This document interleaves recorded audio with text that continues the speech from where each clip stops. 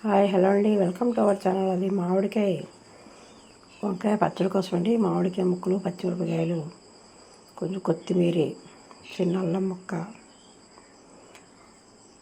అలాగే సాల్ట్, కొంచెం పసుపు అన్నీ వేసి కొంచెం మిక్సీ పట్టుకుంటాను.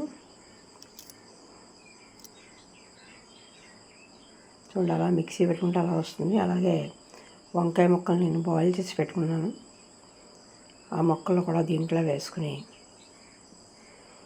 అది కూడా మిక్సీ పెట్టేస్తానండి.